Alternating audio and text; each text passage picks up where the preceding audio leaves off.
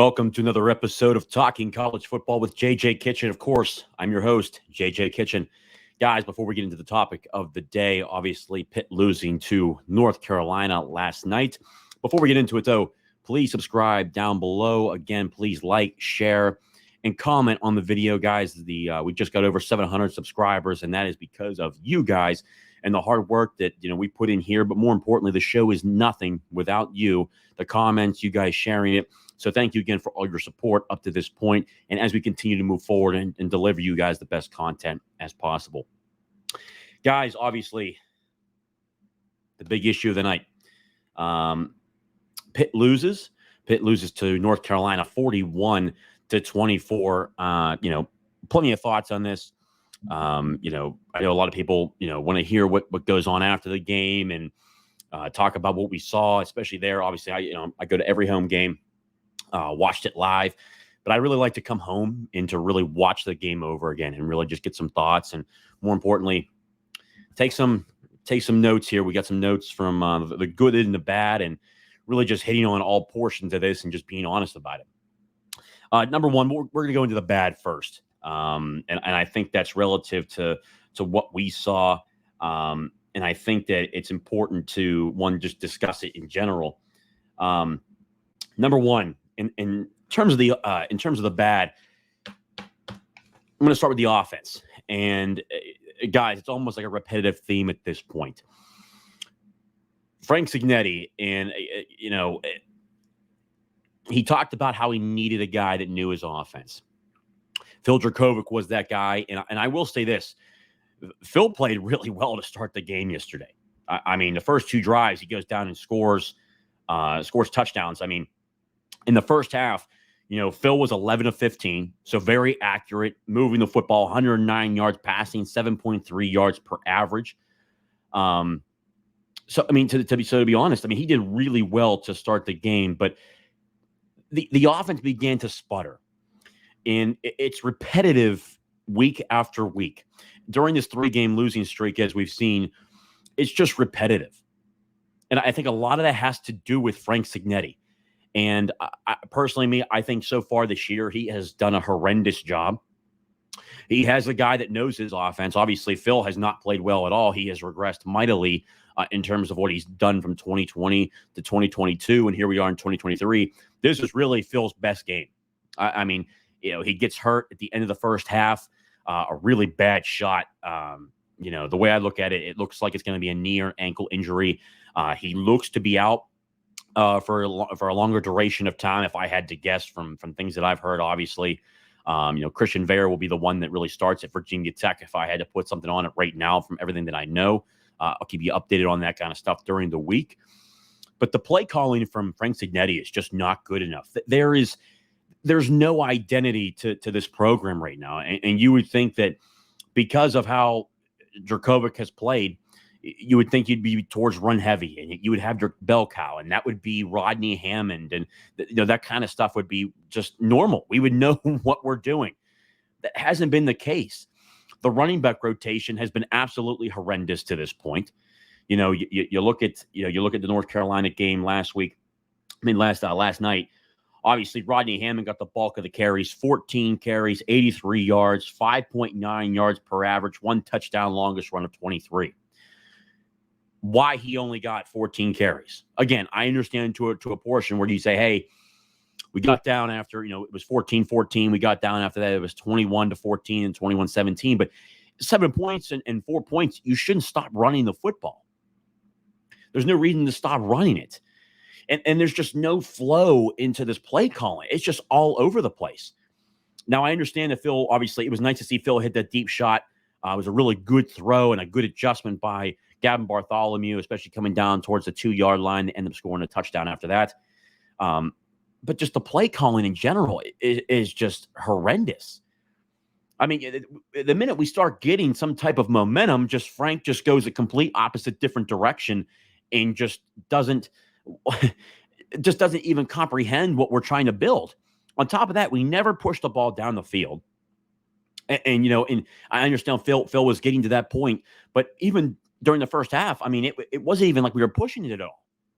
There was no sense of pushing it, none at all. That was certainly confusing, to say the least. But then, obviously Phil gets hurt. So you knew, okay, hey, let's see. Hey, everyone's been calling for Christian Veilleux. And I think I'll get to a little bit in the portion of it, the good stuff. But I just think Christian needs more time. But the one thing that was very noticeable is that, when obviously they pushed the ball down the field a couple times, there were certainly overthrows. Christian certainly threw an interception. I think just, not on the same page with Kenny Johnson, who he's going to be a good topic as we talk about later on. But just drops between the drops, but whether it's Sebo Flemister, even the wide receivers, whether it's Bub Means, anybody, just there's just no function and just no identity to this offense. It's just an absolute mess. Which brings you to the point where, it was unbelievable that we even scored 24 points. Now, technically 17 points by the offense. It was 17 points by the offense. And then obviously the special teams kickoff return by Kenny Johnson was a really good football play. But overall, the offense is just sputtering still. It just doesn't look cohesive. There's just, whether it's the wide receivers not being on with Phil Jarkovic, or now that you had Christian Veilleux come in, doesn't look horrible, but doesn't look good either. And obviously it's his first go around. It's his actual first time actually playing in the game this year. There was good to it, but there's also, guys, there's a reason why Jarkovic was starting it, and we kind of saw that. I think Christian throws a pretty ball, man. I think that, you look at the ball come out of his hand, man, it just looks good. I mean, the spiral looks good. It's a clean throw. Had a number of good throws to wide receivers and running backs, but there were some drops. But just there were some really bad throws too.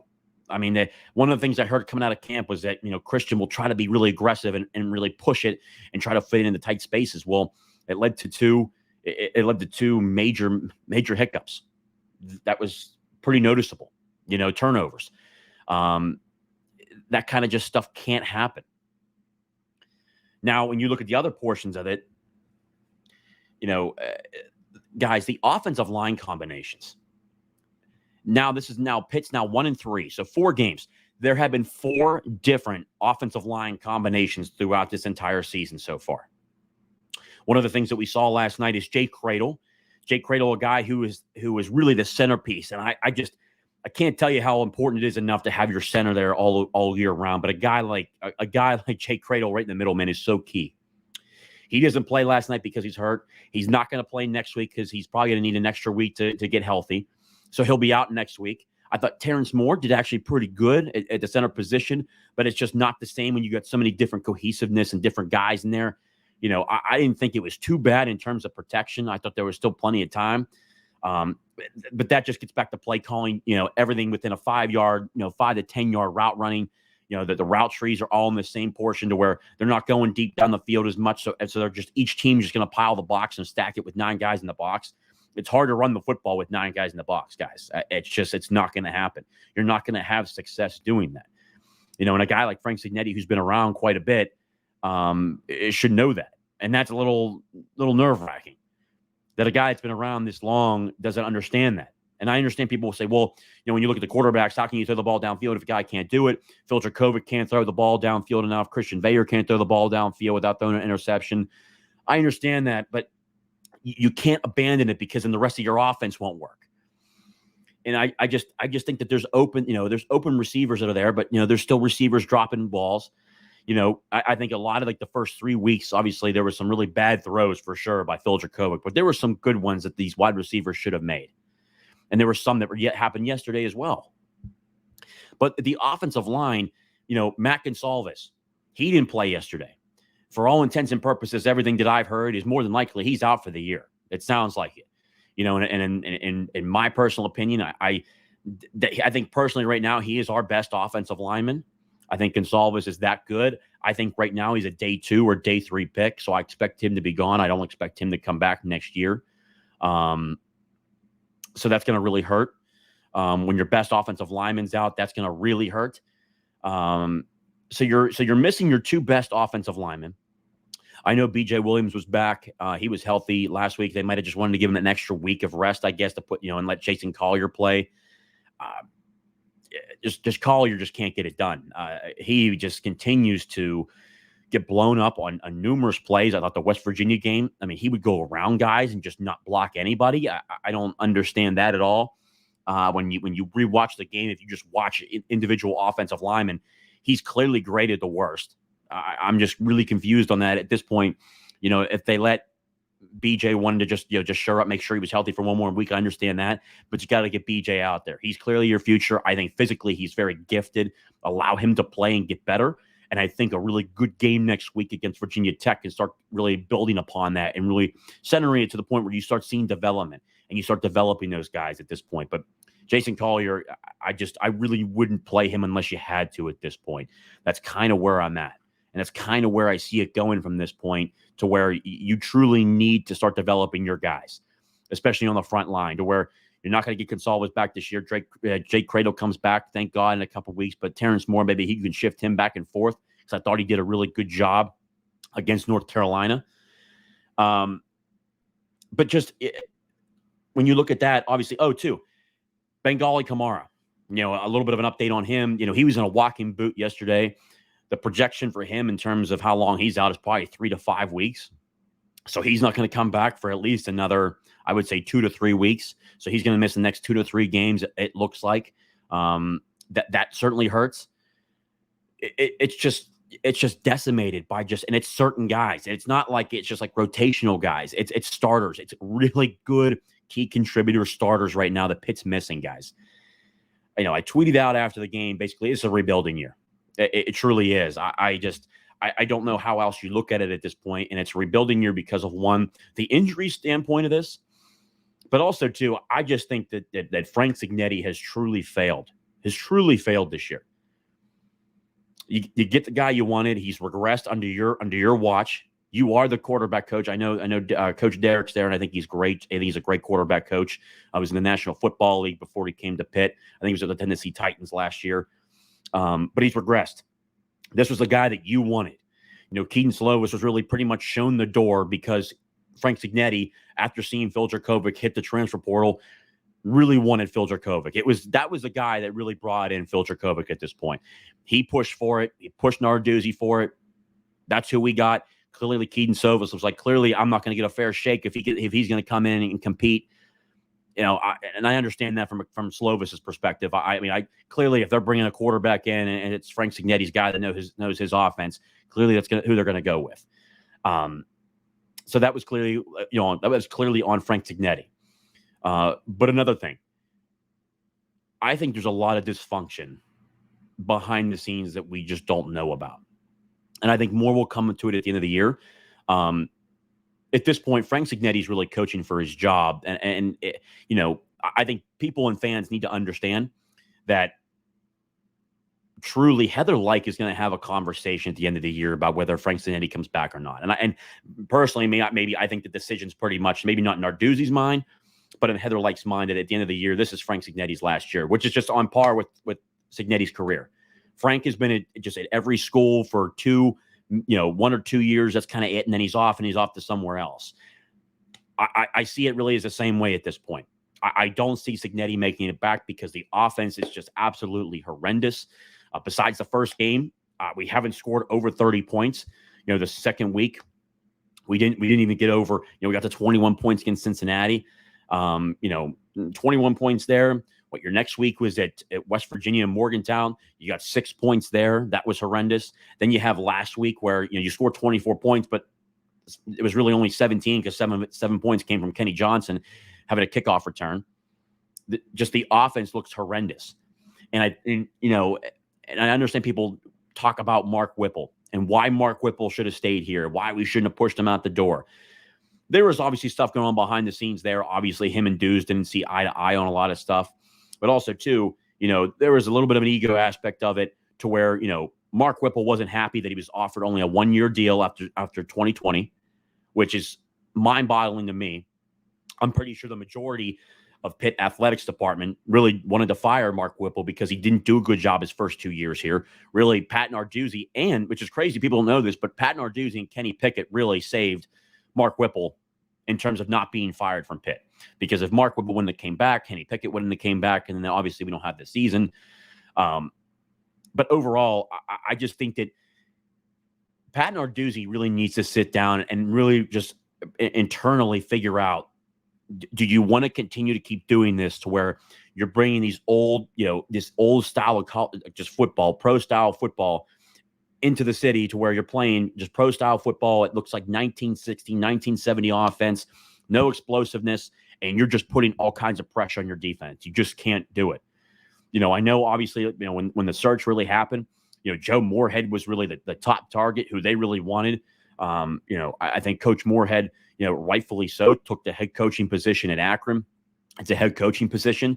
I think after this season, we'll talk about it more at the end of the year, but I just think that Pitt really should make a strong offer to Joe Moorhead to try to bring him back to where it's more of a college and a pro style type of offense to where it's explosive. He's been aggressive. He's been successful as an offensive coordinator, whether it's at Penn State, Oregon, when he called plays at Fordham. He's been successful everywhere he's gone as an offensive coordinator. And I think, he is a Pitt man at heart. Has rooted for Pitt his entire life. He's a great individual. I think his offense does really, really well. As I stated, he's been successful everywhere. But Heather Light, guys, I can tell you this, has had a conversation with Pat, and it's going to happen again at the end of the year and say, look, Frank's not coming back. We need to work on getting an offensive coordinator here that is successful here, not for just 1 or 2 years, but for 3, 4, 5, 6 years. Because under Pat Narduzzi, the defense has been fine. Okay, yesterday, obviously, people talk about, the 41 points. The defense didn't do its job. Guys, Pitt's defense held North Carolina 100 yards under their average. I mean, they're out there for a long period of time because you have those 3 and outs. You have those major issues where you're not, the offense isn't holding up its end of the bargain. They're not on the field long enough. The first quarter, I thought it was great. The first 2 drives, you score touchdowns. You're on the field for the majority of the time. You're working the clock, especially with this style of offense. It looks great. But when you start having those 3 and outs, your offense is right back out there because you're not creative. You're not creative. You're not keeping the offense on the field. You have no sense of identity because now you start escaping the run. You get away from it. Then you start throwing. You're not completing passes. Wide receivers are dropping balls. Certainly not good enough throws. We're throwing interceptions. It's not good enough. And I think there's just so much dysfunction. And that leads me to my next point about dysfunction. We got to clear up the penalties.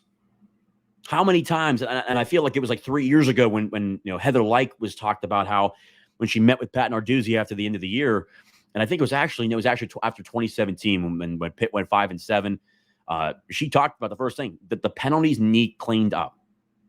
The dumb penalties, unsportsmanlike conduct penalties, false starts, illegal procedures,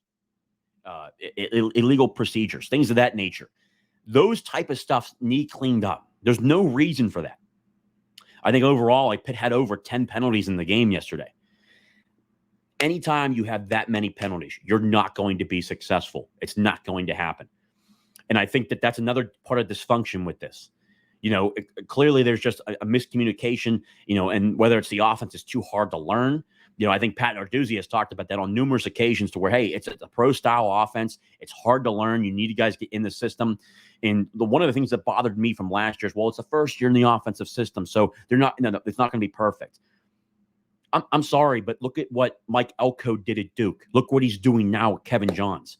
Kevin Johns pretty much runs the same offense as we do, except he is more creative with it. He develops the quarterback position. He's got a great quarterback in Riley Leonard, but Riley Leonard just didn't come in and was that good. He developed that guy.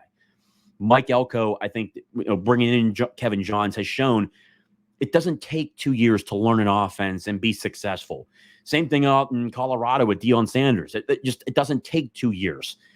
You need to have a good offensive coordinator to do that. Even when Matt Canada was here, his first year at Pitt, lit it up his first year and his only year here. There's no reason to have 2 years to learn an offense to be successful. If it takes you 2 years to learn an offense to even be somewhat competitive, you're just not a good offensive coordinator, man. I'm sorry. You're not. If your offense is harder to learn and it takes 2.5 years to learn, you're not the guy. You shouldn't be an offensive coordinator. And I think this is retrospective in Frank Cignetti's case. And I think people aren't talking about that enough. And it was really due diligence to where when Pat Narduzzi said he spends 85% of his time in the defensive room and lets Frank Cignetti coach the offense. Now, personally, I think that's a good thing because you allow your coaches to coach and you're not overbearing with people. But clearly now he needs to get in that room and talk about, hey, What the hell are we doing? What's our game plan? What's going on? And personally, me, I understand it's great to allow your coaches to coach, but I think he needs to be in that room to understand the game plan and what's going on. Because Frank Cignetti has clearly not developed Filter Kovic. He looked, obviously, this was clearly his best game so far, but of course he gets hurt. That's unfortunate, and I hope Phil gets better because I was just so disappointed to see that because he played so well. I'd love to see him play a full game. But clearly he's going to be out multiple weeks. Christian Veilleux is going to start this week. And that kind of leads me into some of the good stuff because I want to transition off of that and just build off that. The good stuff. Some of the key players, obviously. Christian Veilleux. Overall, when you look at his numbers, they were not spectacular, obviously. 7 of 18, 85 yards, 4.7 yards per throw, and obviously had 2 interceptions. We talked about how during camp, it's all, I heard that quite a bit, how he threw interceptions. He was pushing the ball. But personally, me, I like pushing the ball down the field. I like a guy that's aggressive. Yeah, and the turnovers suck, and we clear that up over time. But, if the guy wants to push it and he sees something, have the instincts to do it. Obviously, too, I like the ball that Christian Veilleux throws, man. I like how it's a beautiful, pretty ball when it comes out of his hand. And there were some of those, and there's some of those incompletions are not on Christian. There are some drops between Sebo Flemister, Bob Means. Just numerous different throws, okay, that had different drops. Those were pretty clear. I personally think that Christian Veilleux certainly has talent. I think that this week he'll have a clear time. He'll have all week to have a game plan, actually get behind it and see how he does.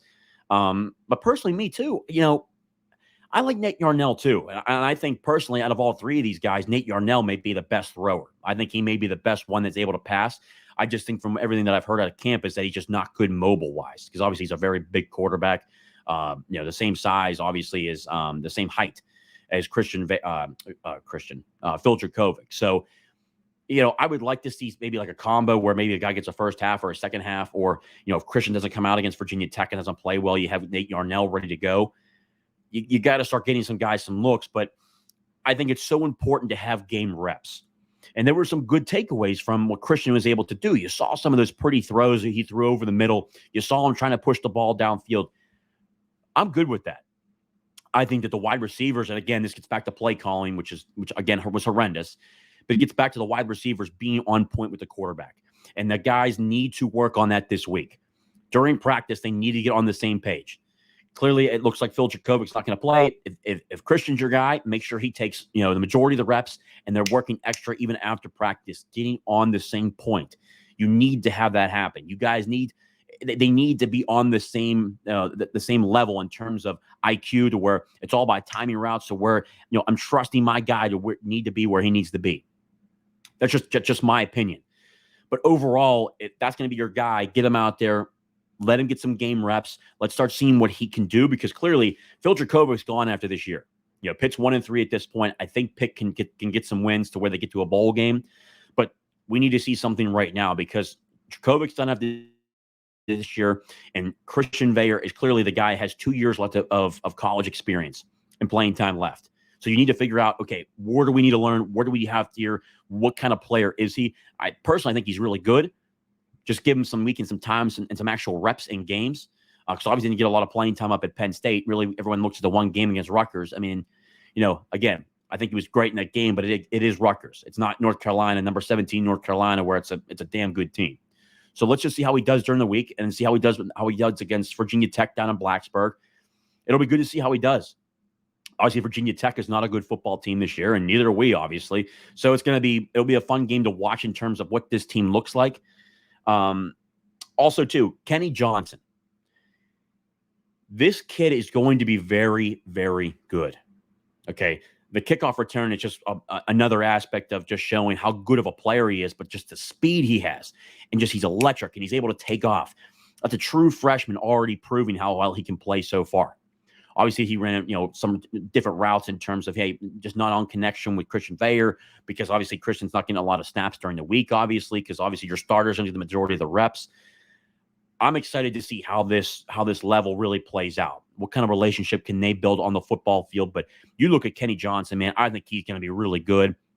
Zion Fowler, I still have a really good description of him. I think he's still going to be a good wide receiver. Same with Izzy Polk and Lamar Seymour. We haven't seen really Izzy Polk and Lamar Seymour a lot this year. But you know what, though? Hey, if you're able to save their red shirt, that's fine. Don't burn it. Let these guys other play out. Obviously, Dejon Reynolds, he made some good catches that were out there previously. I think that Kenny Johns is going to be one of those guys that really takes the next step between these last, how many games we have left. Obviously, between these games we have left 8 games, and then obviously as we go forward, I just think that the talent level that he has, the speed, his route running, it's going to continue to get better. His speed's already there. The route running will get better. I like the way he played. Obviously, too, Rodney Hammond. I mean, with the carries he did get, 14 carries for 83 yards, average 5.9 yards per carry. Why they got away from that, I understand that as the game got carried away, but they got away from that pretty early. I mean, whether it's 14-14 or 21-14, 21-17, why they got away from that and why he wasn't getting more touches is just beyond me. But again, it gets back to bad play calling and just overall no adjustments. Just no adjustments by Frank Cignetti. And that's just so frustrating for a guy that's been in college football and the NFL, but explains why he's always been everywhere for 2 years and then he's gone. And again, I just see that happening again. That's going to happen again this year where he doesn't survive after this year as well. Because I think Heather's going to have a lot to say about that. She had a lot to say about that previously. Again, I'm not going to go into digress and go into that again, but that is clearly the case going forward. But last but not least, even though he had an unsportsmanlike conduct that just cost Pitt and just a dumb penalty, Donovan McMillan again. I like what he did again. You look at him. He had where's it at here? He had 9 total tackles in the game. Guys, I mean, I think he's going to be good. Really good. And he's still got eligibility left. He'll be back again next year. Javon McIntyre back next year. PJ O'Brien, I still want to see him improve.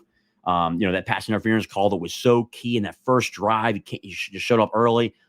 You're just looking at this team that got to just continue to develop, especially on the back end. And obviously, MJ Devonshire, we already know who he is. He continues to play lights out. I really like him again.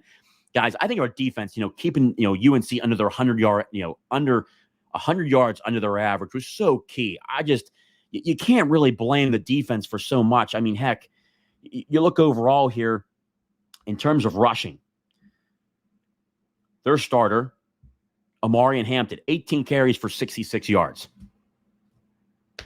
British Brooks, 8 carries for 12 yards. Drake May, 10 carries for 3 yards. Overall, 77 rushing yards in the game. But if you take out Drake May, get you down to 74 rushing yards. I mean, you can't ask for more than that. You can't. It's not the defense. When you have an inconsistent offense that's on, it gets off the field with 3 and outs, your defense is going to be tired. And they still held them to a certain amount of yards. Still 100 yards less than their average. You just can't be not on the field for the majority of the time against UNC, who is a top 20 program, a Heisman candidate at quarterback. Clearly, I mean, and let me tell you, Drake May, man, at that game last night, he made some throws that were just, he should be the first quarterback taken in the draft. I mean, that's how good this kid is. And then, heck, he throws one left-handed for a touchdown as we had pressure on him. We had pressure on him all night. You can't ask for anything more than that. That's why I think going into this next game against Virginia Tech, our defense will be playing, just the same way they are right now, but against a lot less talent in terms of Virginia Tech. So our defense is going to look pretty damn good this week.